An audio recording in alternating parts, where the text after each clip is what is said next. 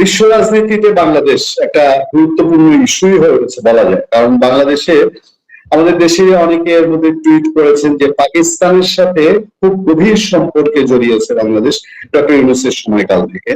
তো পাকিস্তানের সাথে সম্পর্কে জড়ানো স্বাভাবিকভাবে ভারতের আবার এটা দেখা, মানে ভারতের এটা তির্যক চোখে দেখাই স্বাভাবিক যে ভারত পাকিস্তানের যে সম্পর্ক। আবার বাংলাদেশ ভারতের সাথেও সম্পর্ক উন্নয়ন, যেটা ইউনূস আমলে যা ছিল তার চেয়ে পরিবর্তন আছে। টার্কির সাথেও বাংলাদেশ ভালো সম্পর্ক রাখছে। আমেরিকা তো বলাই বাহুল্য যে আমেরিকার চুক্তি দিয়ে বাংলাদেশ, কেউ কেউ বলে যে 52তম স্টেট বানিয়ে ফেলবে কিনা।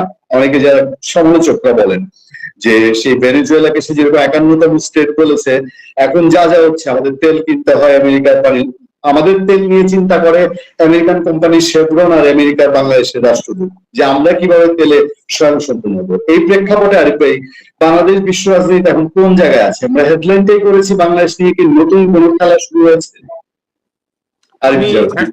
আমি ধন্যবাদ আপনাকে পূর্ণিমা ভাই। যেটা হচ্ছে যে আমি আসলে হেডলাইনের সাথে একমত না এই কারণে, কারণ বাংলাদেশ নিয়ে কোনো নতুন খেলা শুরু হয় না। এগুলা ফুটবলের মতো খেলা না যে আপনি 90 মিনিটস একটা পার্ট খেলা শেষ হলো তারপরে একটা খেলা শুরু হবে।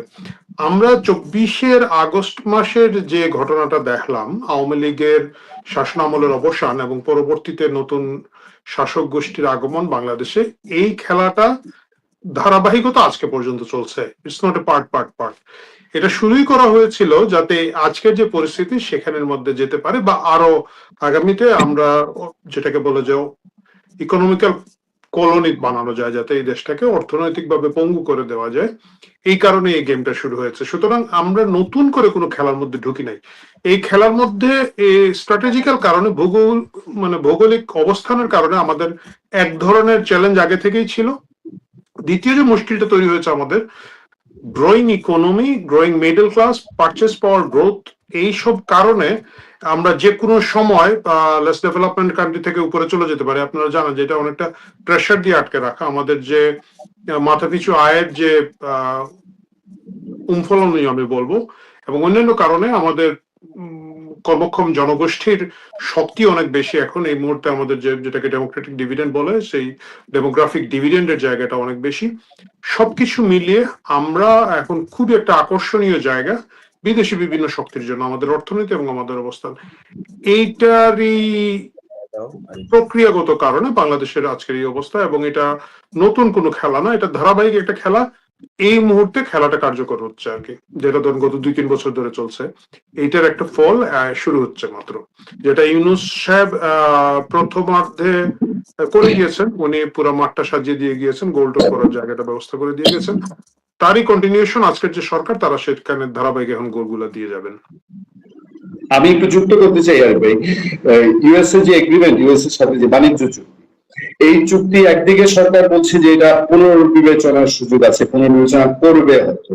আবার চুক্তি কিন্তু বাস্তবায়ন হচ্ছে, অনেক কিছু বলা যায় যে বাস্তবায়নের পথে হাঁটা হচ্ছে। শোনা যাচ্ছে আমাদের বে অফ বেঙ্গল, আমাদের পোর্ট, সেগুলোতে আমেরিকান ওয়ারশিপ তারা আনাগোনা করতে পারবে।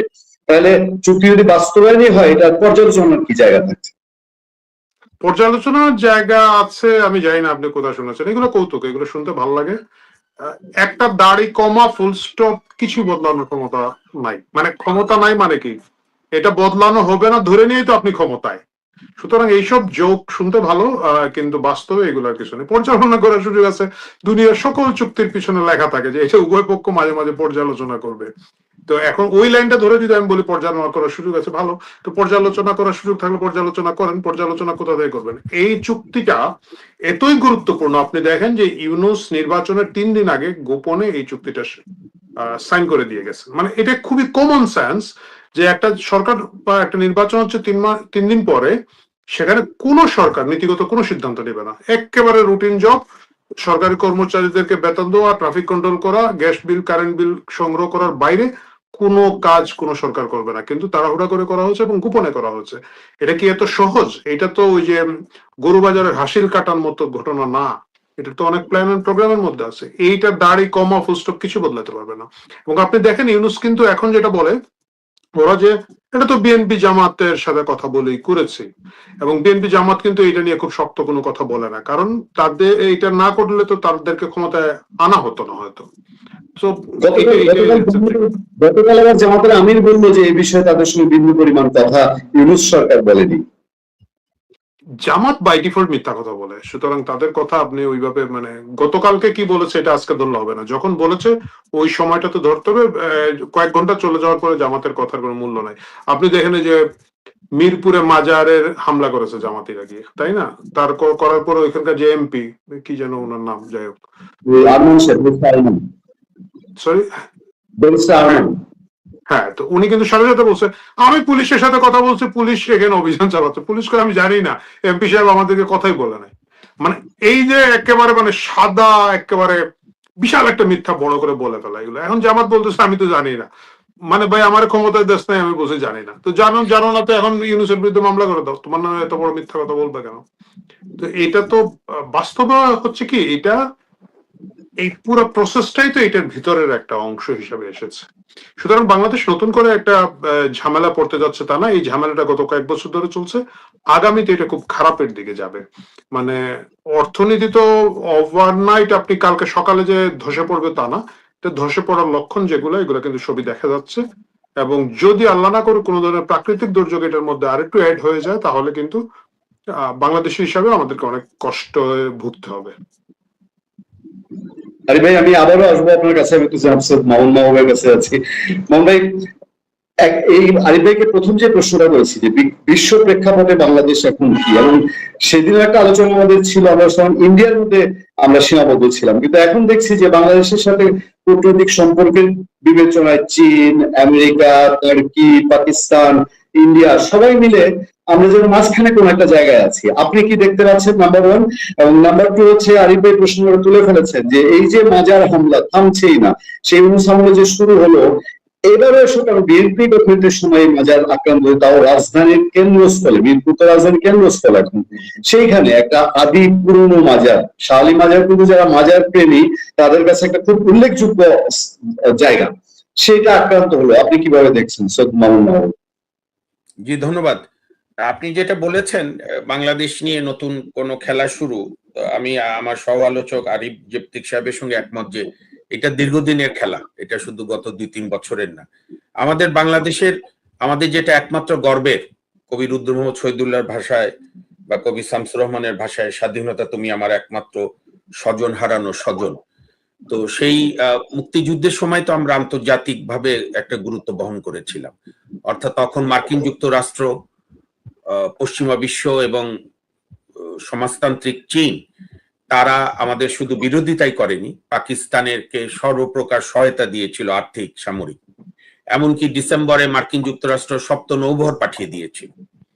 কিন্তু তখন সারা বিশ্বের যে মুক্তিকামী আন্দোলনে, বিশেষ করে দ্বিতীয় বিশ্বযুদ্ধোত্তরকালে সোভিয়েত ইউনিয়নের যে অসাধারণ অবদান, সারা বিশ্বের মুক্তিকামী মানুষের আন্দোলনকে সমর্থন করা, এবং আমাদের যে মহান মুক্তিযুদ্ধ, সেখানে বাংলাদেশ আওয়ামী লীগ তো নেতৃত্ব দানকারী সংগঠন, তার সঙ্গে তদানীন্তন পাকিস্তান দ্বারা নিষিদ্ধ পূর্ব পাকিস্তানের কমিউনিস্ট পার্টি, তখনকার নেতা বীর কমরেড মনি সিং, মোহাম্মদ ফরহাদ, তা ছাত্র ইউনিয়ন, ন্যাপ, অধ্যাপক মুজাফফর, এদের ভূমিকা, সঙ্গে আওয়ামী লীগিত নেতৃত্বই ভূমিকা, এবং তাজউদ্দিন সাহেবের মতো। আমি এই জন্য খুব দৃঢ়তার সঙ্গে বলি, বঙ্গবন্ধুর জন্ম না হলে আমাদের স্বাধীনতা যুদ্ধ শুরু হতো না, আর তাজউদ্দিন সাহেব না থাকলে আমাদের মুক্তিযুদ্ধ সম্পন্ন হতো না সফলভাবে। কারণ আপনি জানেন, মুক্তিযুদ্ধের মধ্যেও মুজিব বাহিনীর দুইবার তাজউদ্দিন সাহেবকে হত্যা করার উদ্যোগ নিয়েছিল ওই যুবনেতারা, তখনকার যুবনেতা শেখ ফজল হক, মনীষা ও অন্যরা। তো যে ইতিহাসে সেই তাজউদ্দিন সাহেবকে সবাই অবজ্ঞা করেছে, কেউ বাদ দিয়েছে, কেউ নাম বলতে চায়নি। কিন্তু ইনশাল্লাহ তাজউদ্দিন সাহেব বঙ্গবন্ধুর ঘনিষ্ঠ সহচর হিসেবে যেরকম জীবন দিয়ে প্রমাণ করেছে বঙ্গবন্ধুর প্রতি তার অকৃত্রিম আনুগত্য, তো সেখান থেকেই তো আমাদের বাংলাদেশের গুরুত্ব। এবং বঙ্গবন্ধু যে সাহসের সঙ্গে ভূমিকা পালন করেছিল, তার সেই অসাধারণ উক্তি, বিশ্ব আজ দুভাগে বিভক্ত, একটি শোষক আর একটি শোষিত, আমি শোষিতের পক্ষে, কিংবা তার আরো একটা ভাষণ, আমি লুমুম্বা হব, আলেন্দে হব, তবু সাম্রাজ্যবাদের কাছে মাথা নত করব না। এবং উনি তো আমাদের সংবিধানে সমাজতন্ত্রকে ইনক্লুড করেছিলেন। পদ্ধতিগত প্রয়োগের ত্রুটি দুর্বলতা তো সব দেশেই থাকে। তো তারপর থেকে তো জিয়াউর রহমানের আমলে একদম উল্টো অবাধ মুক্ত বাজার অর্থনীতি, 91-এর পরে বোধহয় 93-এর দিকে আমি যদি ভুল না করে থাকি আওয়ামী লীগও তার গঠনতন্ত্র চেঞ্জ করে মুক্ত বাজার অর্থনীতি করলো, হয়তো বাস্তবতার কারণে। তো মার্কিন যুক্তরাষ্ট্রের সঙ্গে খারাপ সম্পর্ক কিন্তু ভাই বিএনপি আওয়ামী লীগ কেউই মেনটেন করেনি। প্রত্যেকে চেয়েছে মার্কিন যুক্তরাষ্ট্রের সঙ্গে ভালো সম্পর্ক রাখার, এবং যে যখন বিরোধী দলে থেকেছে তখন মার্কিন এম্বাসিতে যাওয়া ছিল আন্দোলনের একটা অন্যতম কাজ।